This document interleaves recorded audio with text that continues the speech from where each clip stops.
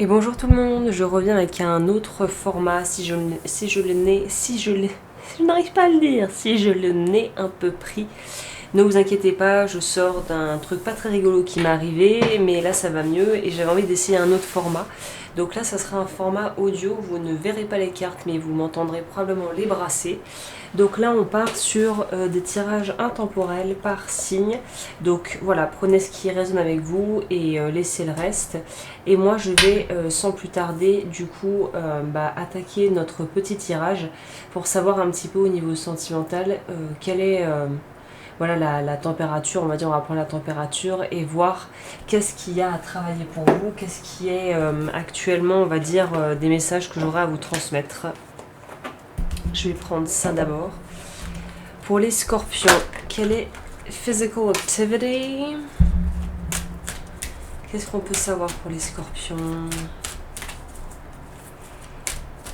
Donc il semblerait qu'il y ait quand même une envie de se dépenser physiquement.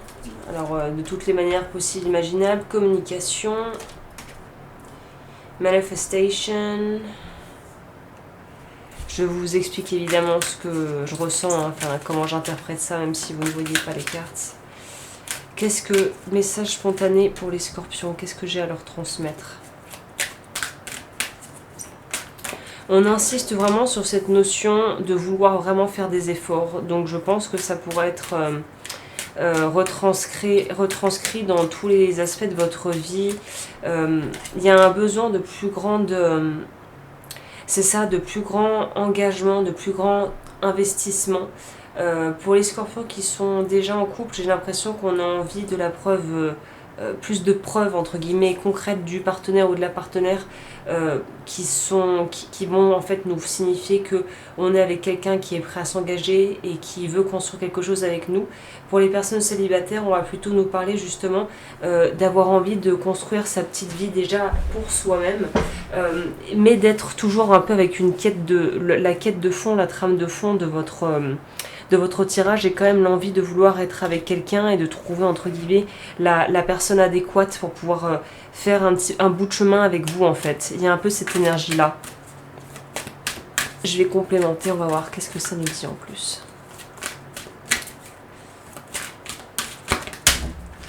Alors les cartes sont tombées, mais elles sont tombées à l'endroit. Ok. Avoir plus d'infos. D'ailleurs, je vais prendre ça, je pense, parce que là, j'ai pas pris le tarot. Je vais prendre le tarot pour complémenter.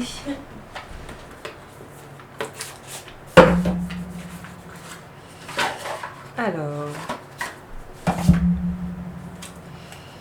c'est ça. Il y a vraiment une notion de vouloir construire quelque chose et le construire sur la durée.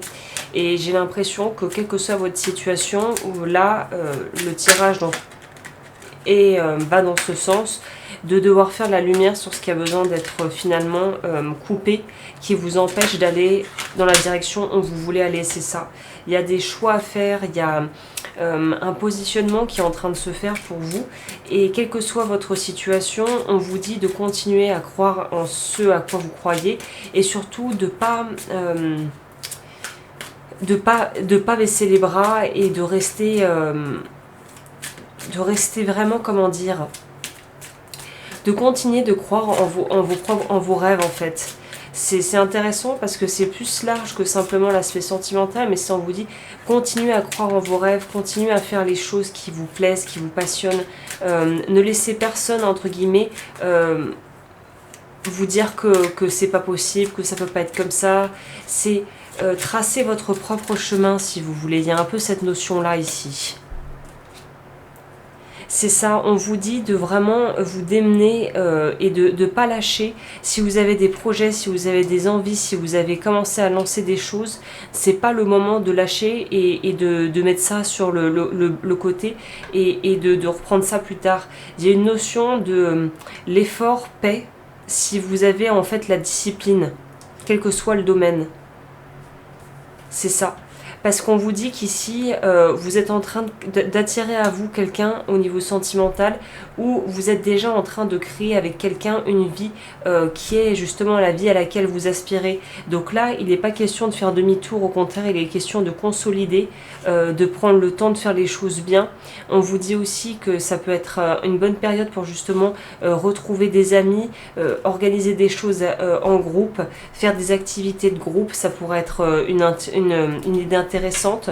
On vous dit aussi, si vous avez des enfants, de peut-être lâcher un peu du lest et les laisser un petit peu faire leurs expériences, surtout s'ils sont en âge de les faire, et notamment de partir en colonie de vacances ou partir voilà avec papa ou maman si vous êtes divorcé, de laisser aussi les enfants et les gens autour de vous quelque part prendre leur marque et faire leurs expériences sans que vous ayez besoin de vouloir tout contrôler. On nous dit qu'il y a aussi un changement au niveau des personnes justement qui étaient en transition, c'est-à-dire que si vous n'aviez pas encore complètement officialisé la relation, là on va nous parler de pouvoir officialiser des choses. On va nous parler aussi de pouvoir consolider son apprentissage et que ça serait vraiment pour vous une bonne période pour continuer d'apprendre, continuer de vous former, continuer d'apprendre de la vie tout simplement, peut-être en regardant des vidéos, en lisant des livres sur le couple, sur certaines qualités qu'ont les personnes qui sont peut-être dans des relations établies depuis longtemps, ou si vous êtes déjà coach, que vous voulez devenir coach, de pouvoir vraiment vous instruire au maximum pour être le plus efficace dans votre domaine. Très clairement, on nous dit ici, dans la globalité, de rien lâcher, de continuer à croire en vos projets, de continuer à nourrir les choses qui vous portent et de rester très focalisé sur le but à long terme en fait, et de ne pas vous arrêter en fait, et de continuer jusqu'à ce que vous arriviez à destination. Et de ne pas vous satisfaire du moins en fait, de quelque chose de somme toute très basique. On vous dit au contraire, allez-y et ne prenez que le meilleur et autorisez-vous à recevoir le meilleur quoi.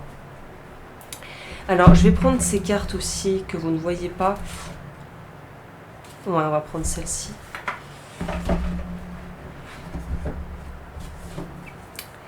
Hop. Qu'est-ce que j'ai à dire en plus pour les scorpions du coup? On vous parle de l'enfant intérieur et on vous parle d'amour-propre. Donc c'est hyper intéressant et c'est pour ça que je pense que le message global que j'ai à vous transmettre, c'est quand je vous disais continuez de croire en vos projets, continuez à croire en vous parce que vous êtes sur la bonne... Moi, la sensation que j'ai en voyant le tirage, c'est que vous êtes dans la bonne direction et qu'il ne faut pas flancher ou lâcher prise ou baisser les bras parce que vous avez l'impression que les choses ne sont pas favorables. Ne vous fiez pas à la partie seulement visible de l'iceberg parce qu'il y a de fortes chances pour que finalement ça soit beaucoup plus riche sous la surface. Et là, il y a une notion de surtout ne baissez pas les bras en fait. Je ne sais pas pourquoi je dois insister là-dessus, mais surtout ne baissez pas les bras. On va complémenter avec un petit message pour voir ce que les cartes ont à vous dire en plus.